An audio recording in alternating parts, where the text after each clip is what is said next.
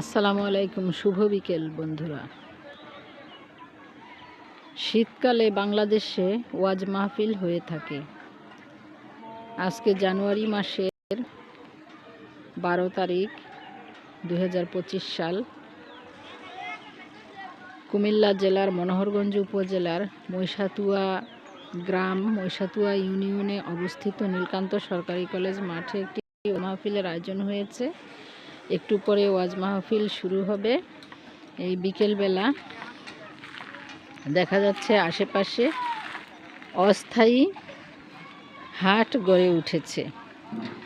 Street food বা অস্থায়ী হাটে খাবার বিক্রি করা, সাথে সাথে রান্নাকৃত বিভিন্ন ধরনের মুড়ি, মুরকি, মোয়া, মুরালি বা গজা, চটপটি ইত্যাদি বিক্রি হয়। এছাড়া বিভিন্ন পণ্য সামগ্রী বাজারে আসে। এটা হচ্ছে কলেজের উত্তর পার্শ্ব। আমি ছাদ থেকে তুলছি কিছুটা ছবি। তো এইখানটা ছাদটা পার হয়ে অপর পারে যে পশ্চিম সাইডের কিছু ছবি তুলছি। এখানে রাস্তা ঘিরে অনেক দোকান বসেছে। যখন আমি আজকে রবিবার সকালে ঢাকা থেকে রওনা দিয়ে কর্মস্থলে আসি, তখন দেখলাম পুরা রাস্তা জুড়ে এই যে কৃষ্ণচূড়া গাছের নিচে এবং পাশে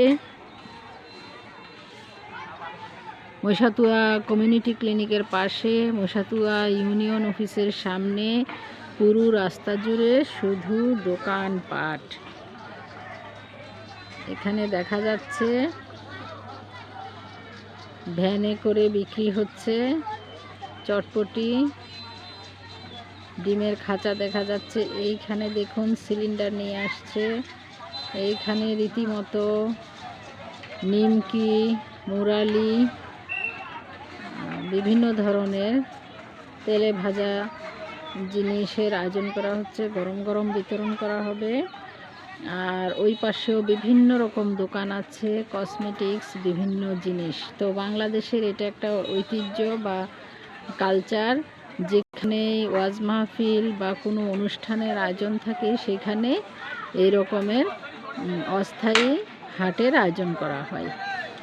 এটা বাংলাদেশের একটা বিশেষ বৈশিষ্ট্য। এই জন্য একটু ভিডিও দিলাম।